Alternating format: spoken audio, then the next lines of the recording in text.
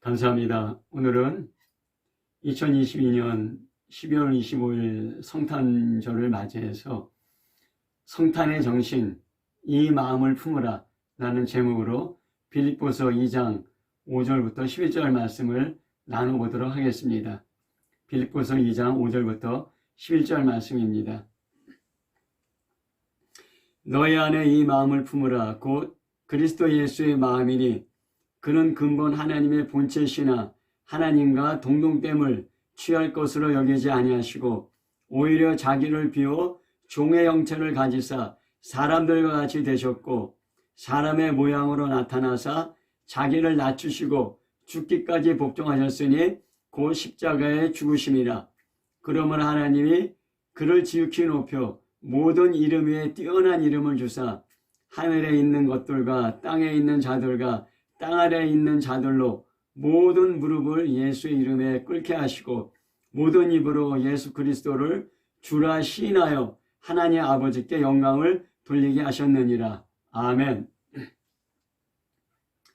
시골에 내려와서 세 번째 성탄절을 맞이합니다. 성탄절은 예수님의 탄생을 기념하며 선물을 주고받는 즐거운 날입니다. 크리스마스 때마다 하나님께서는 저에게 특별한 선물을 주셨습니다. 나의 악을 깨닫고 회개하는 은혜입니다.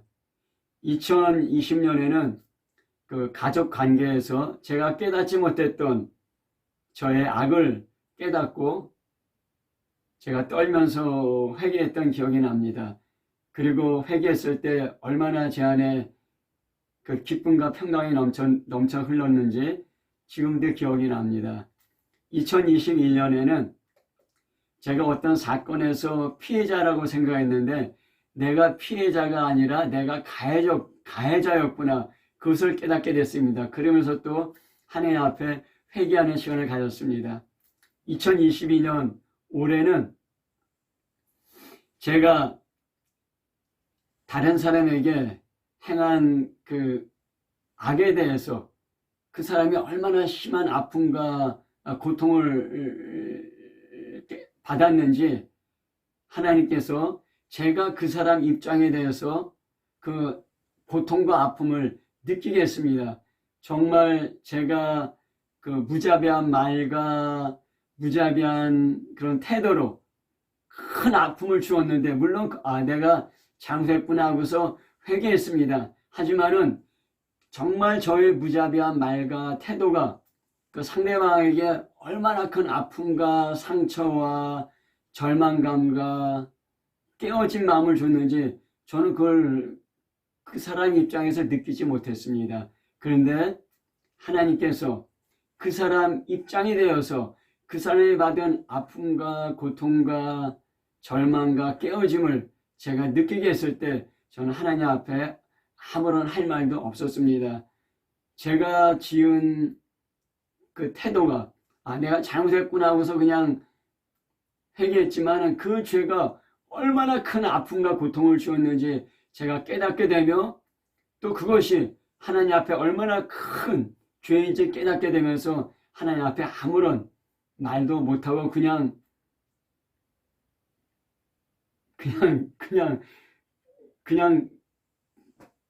하나님, 정말 저는 하나님께 심판받고 멸망받아야 될 존재인데 하나님께서 지금까지 저를 참아주셨습니다. 하나님께서 지금까지 저를 기다려 주셨습니다. 또 그런 깨달으면서 정말 하나님 앞에 엎드린 적이 있었습니다.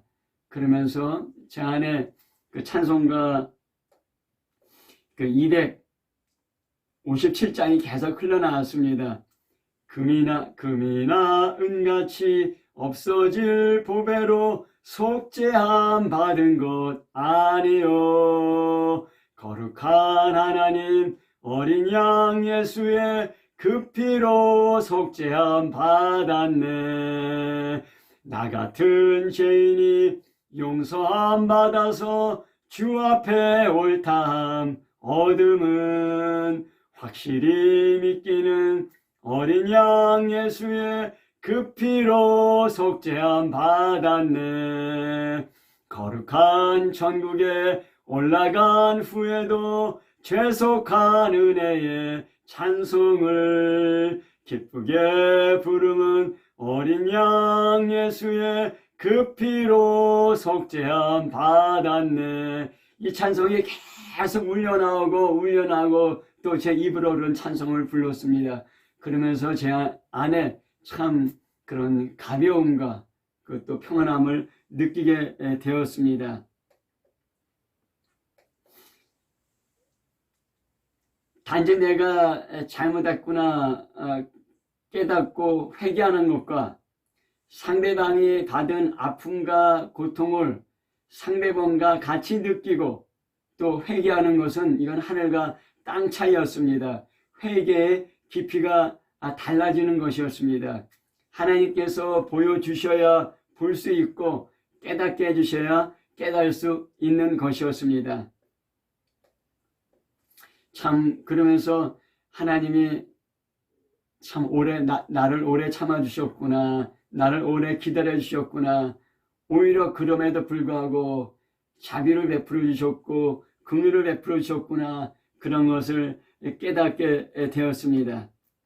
그 마태복음 1장 21절에 보면은 아들을 낳으리니 이름을 예수라 하라. 이는 그가 자기 백성을 그들의 죄에서 구원할 자의심이라 하셨습니다. 그 말씀이 제 안에 이루어지는 것을 제가 체험하고 경험하게 되었습니다. 그것이 저의 크리스마스였습니다.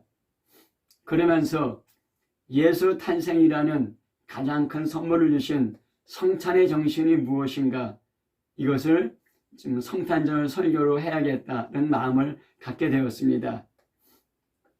그래서 오늘 본문 말씀을 빌립보서 2장 5절부터 11절 말씀, 성탄의 정신 이 마음을 품으라, 그런 제목으로 말씀을 나누게 된 것입니다. 성탄절을 맞이하는 여러 종류의 사람들이 있습니다. 또 그 사람들마다 마음이 각각 틀릴 것입니다. 성탄절을 기뻐하고 예배하는 사람이 있습니다. 또 성탄절이 그냥 아예 공휴일이구나 하면서 공휴일을 즐기자, 그런 사람도 있습니다. 또 성탄절에 대해서 무관심한 사람도 있고 어떤 사람은 성탄절에 대해서 적대적인 사람도 있습니다. 저는 이 성탄절을 맞으면서 잠깐 북한에 있는 우리 형제 자매들을 생각했습니다. 그 뉴스를 보니까 북한에서 수많은 사람이 얼어 죽고 굶어 죽는다고 했는데, 이 성탄절에 굶어 죽고 얼어 죽는 그런 북한의 우리 형제 자매들을 생각하면서 마음 한편이 마음이 아프고 또 하나님이 얼마나 마음이 아프실까, 이제 그런 생각을 해보았습니다. 오바마 전 미국 대통령은 공공기관에서 메리 크리스마스라는 말을 못하게 했습니다. 해피 할러데이, 행복한 공휴일이라고 그렇게 하도록 했습니다. 왜 그러냐면 메리 크리스마스는 비기독교인에게는 차별적인 언어라는 이유 때문이었습니다. 성경에는 예수님이 언제 태어나셨는지 정확하게 나오지 않습니다. 아무도 모릅니다. 그러나 역사 연도가 예수님 탄생을 기준으로 BC와 AD로 나누어집니다. 예수님 탄생을 기준으로 기원 전, 기원 후로 역사가 구분되는 것입니다.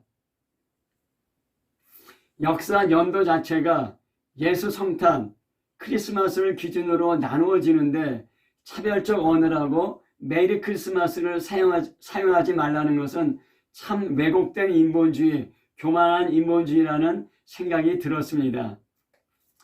이런 사람들의 수많은 성탄절에 대한 반응과 마음을 우리가 볼 수 있었고, 또한 성탄절을 맞이해서 하나님이 마음이 어떠하셨는지, 또 성탄절을 맞이해서 그 우리들에게 나타내시기를 원하는 성탄의 정신이 무엇인지, 오늘 읽은 빌립보서 2장 5절부터 11절의 말씀을 통해 살펴보도록 하겠습니다. 오늘 읽은 빌립보서 2장 5절부터 11절은 초대교회의 찬송시, 초대교회의 노래입니다. 지금도 이 말씀을 기준으로 노래하고 있습니다.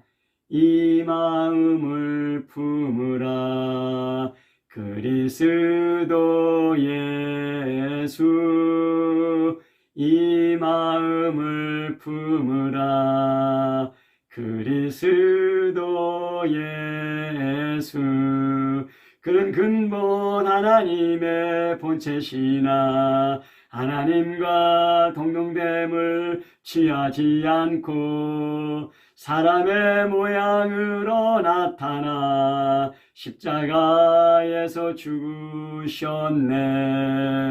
이 마음을 품으라 그리스도 예수 이 마음을 품으라 그리스도 예수.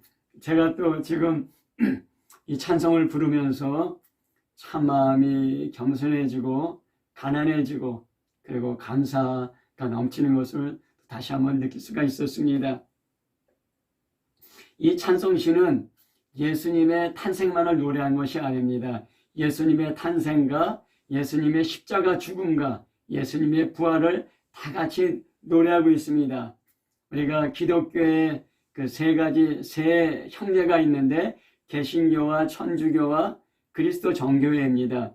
개신교는 부활을 강조하고 사도 바울을 중요시합니다. 천주교는 그 고난과 죽음을 강조하고 베드로를 중요시합니다. 그래서 베드로가 천주교의 초대 교황이 되었다고 합니다. 그리고 그리스도 정교회는 성육신, 하나님이 육체로 이 땅에 오신 성육신의 신비를 강조합니다. 그리고 사도 요한을 중요시합니다. 우리가 이 찬송을 통해서 알 수 있는 것은 성탄의 정신이 십자가 죽음을 받아들이게 했고 부활의 영광을 얻게 하였다는 것입니다. 성탄의 정신이 십자가의 죽음과 부활을 가능하게 한 예수님의 평생의 정신이었다는 것입니다. 그래서 오늘은 이 찬송지 중에서 2장 5절부터 7절까지 그 탄생을 중심으로 하는 그런 말씀을 나눠보도록 하겠습니다. 빌립보서 2장 5절에 이 마음을 품으라 곧 그리스도 예수의 마음이니라고 생각했습니다. 이 마음을 품으라 이것은 명령입니다. 헬라어로는 프로네이테라고 합니다. 생각하다, 생각을 고정하다, 생각이 형성되다, 태도를 갖다 그런 뜻입니다. 이것을 그 원어 그대로 이제 직역하면은 이것을 너희 안에 생각하라. 이것은 역시 그리스도 예수 안에 있는 것이다. 그리스도 예수 안에 있는 생각을 너희들도 생각하라는 것입니다. 내 마음에 무슨 생각들이 가득 차 있는가? 그 생각대로 우리는 말하고 행동하고 우리 인생이 되어집니다. 우리 안에 있는 생각이 매우 중요합니다. 독사가 독사의 알 품으면 독사가 나옵니다. 독수리가 독수리의 알 품으면 독수리가 나옵니다. 악을 품으면 악이 나오고 선을 품으면 선이 나옵니다. 우리 안에 어떤 생각을 품고 있는지 우리 자신을 돌아봐야 됩니다. 우리 안에 미움을 품고 있습니까? 미움이 나올 것입니다. 사랑을 품고 있습니까? 사랑이 나올 것입니다. 교만을 품고 있습니까? 교만이 나올 것입니다. 겸손을 품고 있습니까? 겸손이 나올 것입니다. 온유함을 품고 있습니까? 부드러움이 나올 것입니다. 사납고 거친 것을 품고 있습니까? 사납고 거친 것이 나올 것입니다. 욕심을 품고 있습니까?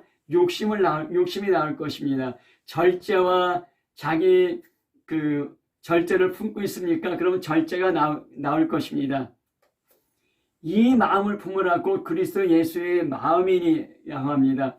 우리 안에 그리스도 예수의 마음을 생각하고 그리스도의 마음에 우리 생각을 고정하고 그리스도의 생각이 우리 생각의 습관이 되게 하고 그러한 태도를 가지라는 것입니다.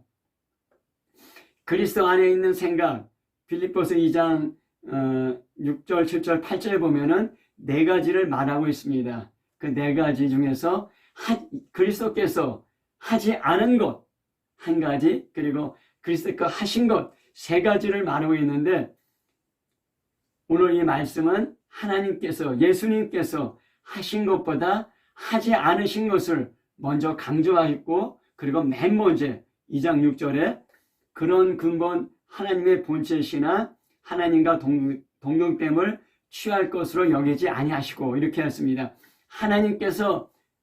예수님께서 하지 않으신 것, 그것이 먼저 나오고 있습니다.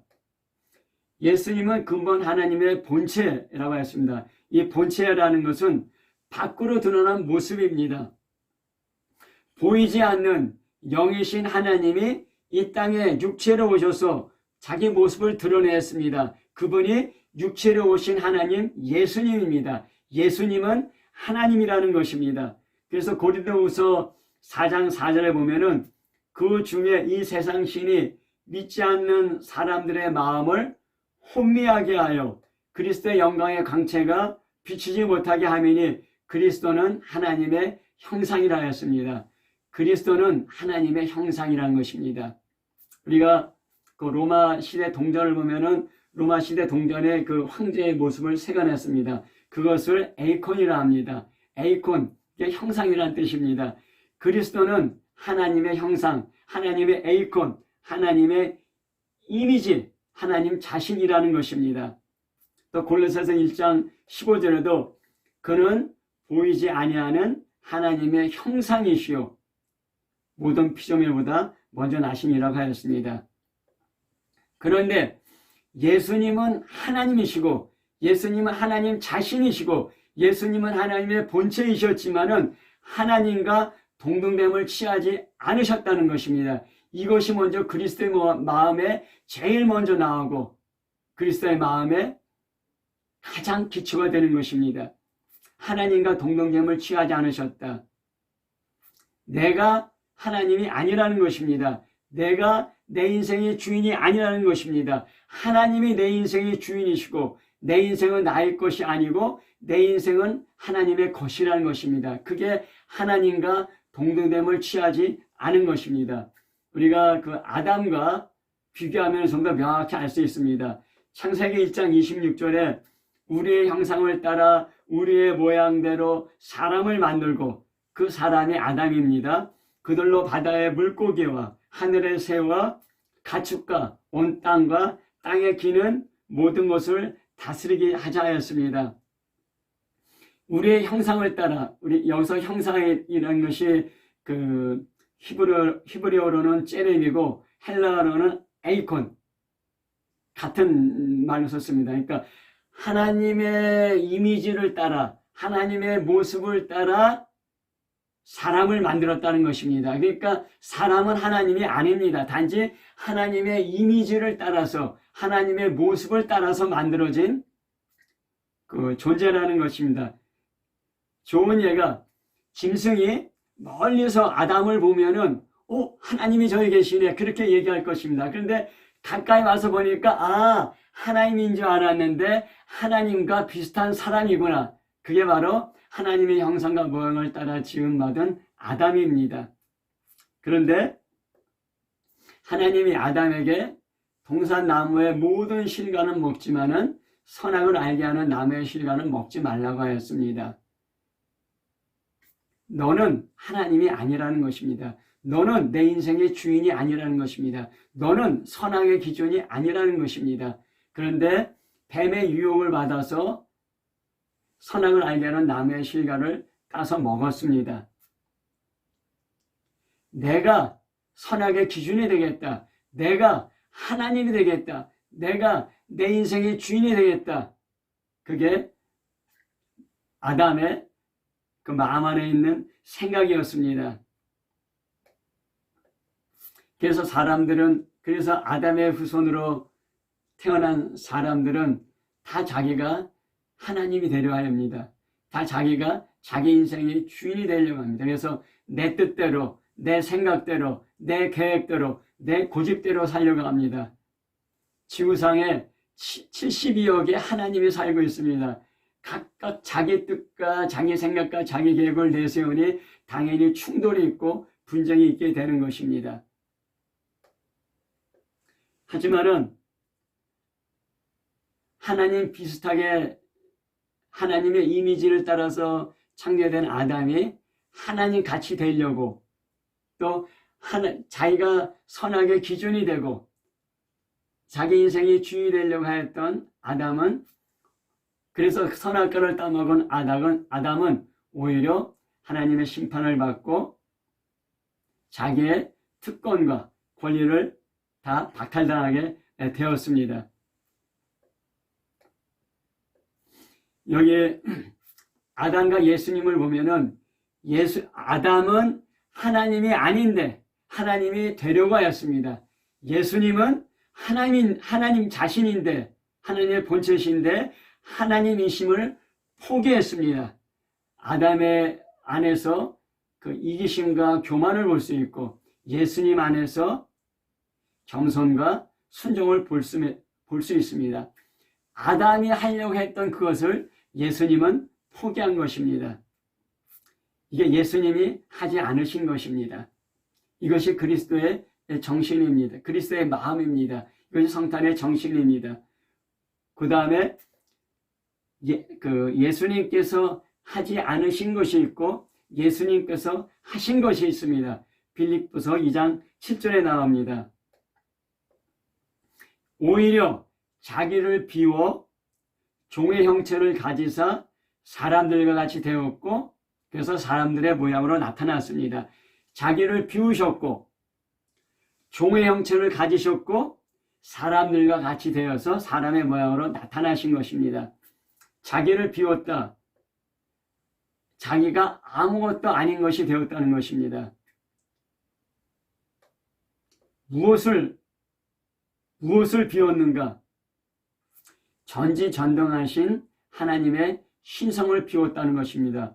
아니 그러면 예수님이 이 땅에 오셔서 귀신 쫓고 병 고치고 또 죽은 자도 살리고 바다 위도 걸으시고 폭풍을 잠잠케 하셨는데, 그럼 예수님이 그러면은 어떻게 그렇게 한 거냐? 하나님의 그런 신성과 그런 능력을 비웠다면 어떻게 했냐? 예수님은 성령의 능력으로 그런 수많은 하나님의 일들을 하시게 된 것입니다. 우리들도, 그리스도인들도 성령, 예수 믿고 거듭나고 성령의 능력을 받으면은 예수님이 하셨던 그런 똑같은 일을 우리들도 할 수 있게 되는 것입니다. 그런 예수님의 신성을 비우셨고 또 예수님은 그런 하나님으로서의 특권과 권리를 비우셨습니다. 사람들은 자기 뜻, 자기 의지, 자기 계획, 자기 소원을 자기 능력으로 성취하려고 합니다. 또 사람들은 자기 뜻, 자기 의지, 자기 계획, 자기 소원을 자기의 특권, 자기의 권리를 사용하여서 이루려고 합니다. 하지만은 예수님은 예수님의 뜻, 자기 소원, 자기 계획, 자기 의지를 비우셨습니다. 그리고 하나님의 뜻, 하나님의 계획, 하나님의 소원, 하나님의 의지대로 사셨던 것입니다. 그게 자기를 비운 것입니다. 사람들은 무언가를 성취하려고 자기 능력과 자기 권리와 자기 특권을 사용합니다. 그래서 무언가를 성취하려고 하는데 부정한 마음으로 그것을 성취하려고 하면서 지금 사회에 많은 그런 사건들이 일어나고 또 뉴스로 보도되고 있는 것이 아닙니까? 자기 이념을 성취하려고 또 자기 욕심을 성취하려고 자기 능력과 자기 권리와 자기 특권을 불법적으로도 사용하면서 많은 문제가 일어나고 있는 것이 아닙니까? 근데 예수님은 그런 것들을 다 비웠습니다. 그래서 마태복음 5장 3절에 팔복의 첫 번째 복, 팔복의 시작이 나옵니다. 그게 뭐냐면은 마음이 가난한 자는 복이 있나니 천국이 저희 것이라 하였습니다. 천국보다 더 귀중한 것이 어디 있겠습니까? 천국보다 더 가치 있는 것이 어디 있겠습니까? 근데 누구에게 천국이 임하느냐? 마음이 가난한 자에게 천국이 임한다 이렇게 얘기했습니다. 기독교는 자기 자신을 비우는 자기 비움을 매우 중요시합니다. 근데 동양의 다른 종교도 자기 비움을 중요시합니다. 그래서 무를 강조하기도 합니다. 근본적인 차이가 있습니다. 기독교에서 자기 비움, 내 뜻과 내 계획과 내 소원과 내 의지를 비웁니다. 왜냐하면 내 뜻과 내 계획과 내 소원과 내 의지가 내 안에 가득 차 있으면 하나님 말씀이 들어올 수 없기 때문입니다. 비우고 그 다음에 하나님 말씀으로 채웁니다. 하나님 뜻대로 살겠다는 그런 삶의 모습이 나타나게 되는 것입니다. 근데 동양 종교도 자기 비움을 강조하지만은 자기 비움에서 그칩니다. 자기를 비우고 그 다음에 그 비운 것에 뭐를 채우는가? 그것은 없습니다. 단지 자기 비움을 강조합니다. 근데 성경에서는 자기 자신을 비우고 자기 자신을 소지하고 하나님 말씀으로 채우지 않으면은 더 악한 귀신이 들어온다고 얘기하고 있습니다. 마태복음 12장 43절부터 45절입니다.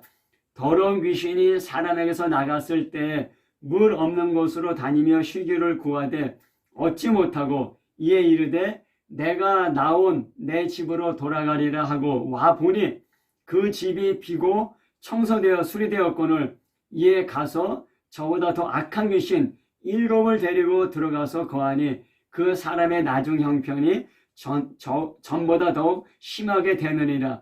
이 악한 세대가 이렇게 되리라 하였습니다. 자기 비움 중요합니다. 자기 비움고 그 다음에 하나님의 말씀으로 채워야 됩니다. 하나님의 말씀으로 채우지 않을 때 그 비워진 공간에 꼭 무엇인가 들어옵니다. 자기 비움은 우리가 겸손이라고 얘기할 수 있습니다. 하지만은 이 겸손이라는 이 단어보다 더 깊은 의미가 자기 비움에 포함되어 있다고 말할 수 있습니다. 두 번째는 종의 형체를 가졌습니다. 종의 형체. 하나님은 종이 아닙니다. 하나님은 창조주이시고 하나님은 모든 것의 주인이시고 왕의 왕이십니다. 하지만 종의 형체를 가졌습니다. 그래서 사람과 같이 되었다고 하였습니다. 아담은 하나님의 형상의 모습을 따라 창조되었고 이 땅에 있는 모든 그 동물들을 다스렸습니다. 하지만 그 타락으로 말미암아 그런 통치권을 잃어버리게 됐습니다. 예수님은 타락한 인간의 모습으로 이 땅에 오신 것입니다. 우리가 스스로 생각할 수 있습니다. 내가 내 마음대로 하는 자유가 있지 내가 종인가? 그렇게 반문할 것입니다. 근데 성경은 우리가 종이라고 얘기하고 있습니다. 로마서 5장 12절에 그러므로 한 사람으로 말미암아 죄가 세상에 들어오고 죄로 말미암아 사망이 들어왔나니 이와 같이 모든 사람이 죄를 지었으므로 사망이 모든 사람에게 이르렀느니라 하였습니다. 하나님이 천지를 창조하시고 아담을 에덴 동산에 두시고 동물을 다스리라고 했을 때 그때는 죄도 없었고 사망도 없었습니다. 근데 아담이 뱀의 유혹에 빠져서 선악을 알게 하는 나무의 실과를 따먹었을 때 하나님의 말씀에 불순종했을 때 그때 죄가 들어왔습니다. 그때 사망이 들어왔습니다. 그리고 사람들은 그 죄 아래 사망 아래 눌려 살게 된 것입니다. 로마서 5장 21절에 죄가 사망 안에서 왕노릇한다고 하였습니다. 이 죄 왕노릇한다는 것입니다. 그럼 죄 왕노릇하는 대상이 누굽니까? 사람입니다. 사람은 죄의 종으로 또 사망의 종으로 살게 된 것입니다. 또 로마서 5장 17절에 사망이 그 한 사람으로 말미암아 왕노릇하였다. 사망이 왕노릇한다는 것입니다.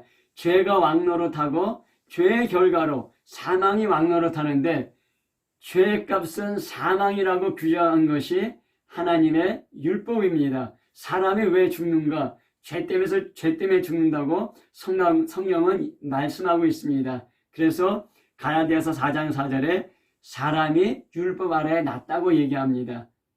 사람은 죄의 종이고 율법의 종이고 사망의 종입니다. 그뿐만 아니라 히브리서 2장 14절 15절에 보면은 자녀들은 혈과 육에 속하였음에 그것 또한 같은 모양으로 혈과 육을 함께 지니심은 사람들이 혈과 육을 가졌기 때문에 예수 그리스도도 우리와 비슷하게 혈과 육을 함께 지녔다는 것입니다. 왜 그러냐면 죽음을 통하여 죽음의 세력 잡은 자 곧 마귀를 없이 하시며 또 죽기를 무서함으로 한평생 매어 종노릇하는 모든 자들을 놓아주려 하심이라 하였습니다. 예수님은 죄가 없으신 분인데, 죄가 없으신 하나님인데 인간의 모습으로 오셔서 죄가 없는 그 예수님이 십자가에서 우리의 모든 죄를 짊어지고 죄값을 지불하시고 죽으셨습니다. 그래서 사람들을 죄의 종에서 사망의 종에서 율법의 종에서 마귀의 종에서 자유롭게 하신 것입니다. 예수님이 그래서 로마서 8장 3절에 자기 아들을 죄 있는 육신의 모양으로 보내어 육신의 죄를 정하사하였습니다. 예수님을 죄 있는 육신의 모양으로 보내서 예수님을 하여금 인간의 죄를 짊어지고 십자가에서 돌아가게 하셨다는 것입니다. 예수님이 그래서 종의 형체를 가졌다는 얘기는 우리 인간은 내 마음대로 자유롭게 사는 것지만은 자유하지 않다는 것입니다. 우리는 죄의 종이기 때문에 죄를 지을 수밖에 없는 존재이고 그래서 사망의 종이 되어서 죽을 수밖에 없는데 죄와 사망 뒤에는 이 마귀가 있는 것이고 우리가 마귀의 종이라고 그렇게 얘기하고 있는 것입니다. 그래서 예수님은 이런 사람들과 똑같이 종의 형체를 가지고 사람의 모형으로 이 땅에 오셨다. 그래서 사람들과 똑같은 고통과 죽음 가운데 자기 자신을 놓으셨다는 것입니다. 그리고 세 번째는 그리스도는 사람들과 같이 되셨다. 사람의 모양으로 나타나셨다는 것입니다. 하나님께서는 사람들을 자기 자신에게 끌어당기지 않았습니다. 오히려 하나님께서는 사람들과 같이 되셔서 사람에게로 오셨습니다. 기독교는 하나님께서 사람에게 오시는 것으로부터 시작합니다. 이것이 성탄절의 정신입니다. 다른 종교는 내가 내 힘으로 하나님을 찾아 나가는 것입니다.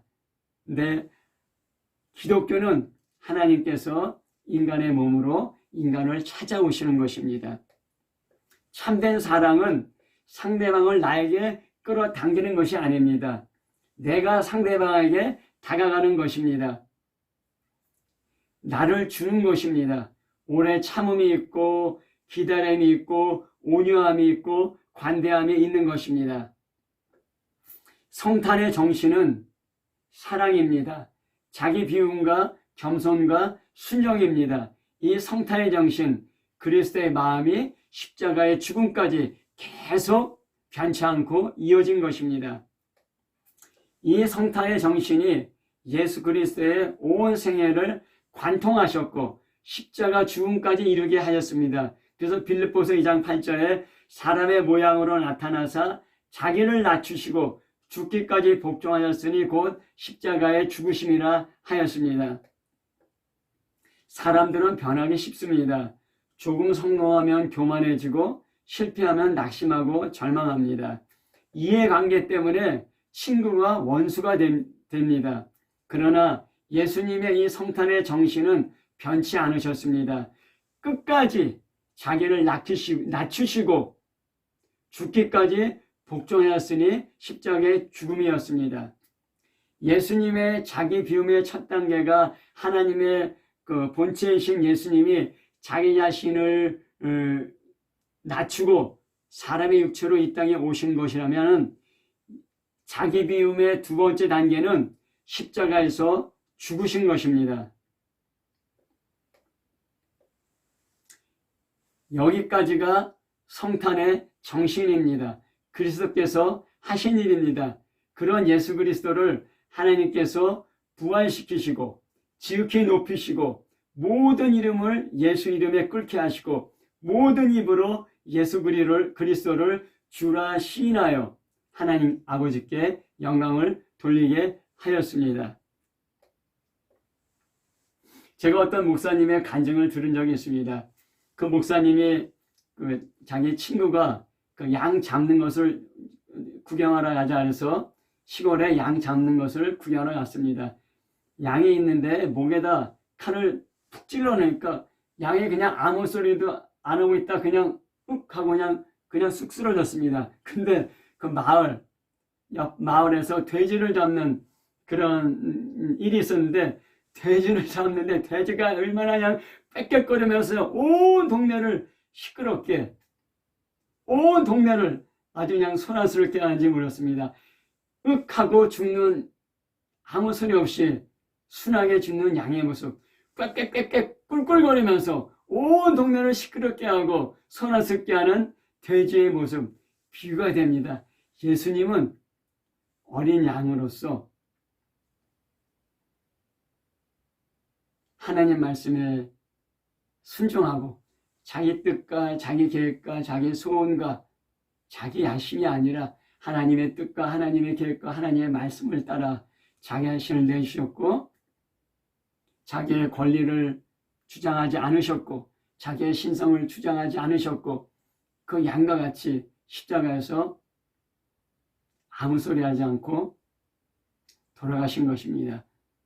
그런 예수님을 하나님이 지극히 높여서 모든 입으로 예수를 주라 시인하여 영광 받으시게 하신 것입니다.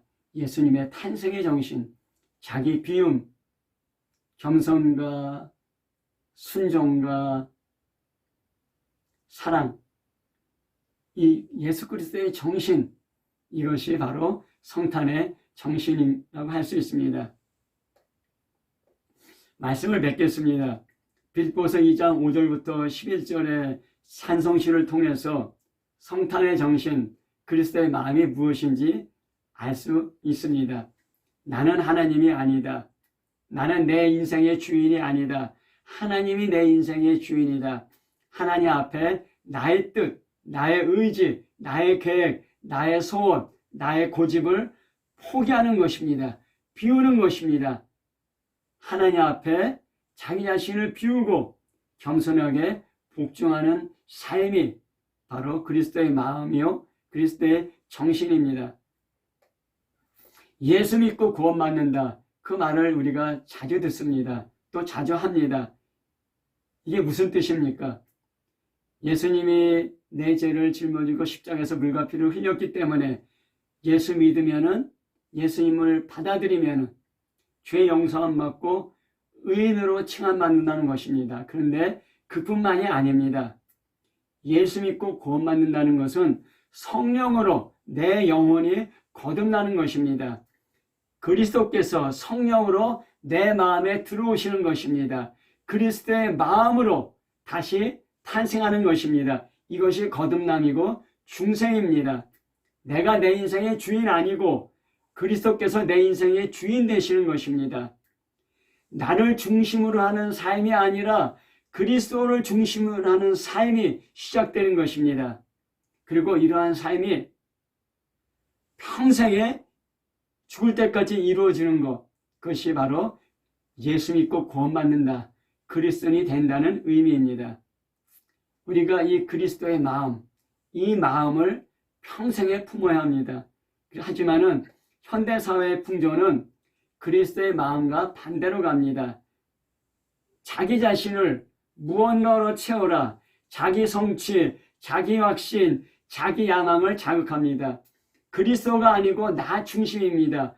교육도 그렇고 매스컴도 그렇고 사회정신도 그렇고 법률도 그렇게 나가고 있습니다. 그리스도의 마음은 이런 세상 풍조와 반대되는 반대 정신입니다. 빌립보서 2장 5절에 이 마음을 품으라 하고 명령하고 있습니다. 이것은 우리의 선택사항이 아닙니다. 그리스도인은 이 마음을 품으라는 하나님의 명령을 우리가 받아들이고 순종하고 평생에 이 마음을 품어야 됩니다. 그리스도의 마음, 성탄의 정신, 자기 비움, 겸손, 순종, 사랑을 생각하고 여기에 생각을 고정하고 이것이 생각의 습관이 되게 하고 이러한 태도를 가지는 것, 바로 이것이 이 마음을 품으라는 그 명령에 합당한 반응이 되는 것입니다. 2022년 전에 그리스도께서 육체로 마국간에 탄생하였습니다. 2022년 12월 25일 성탄절은 그리스도께서 나의 마음속에 새롭게 성탄하시는 복된 날입니다.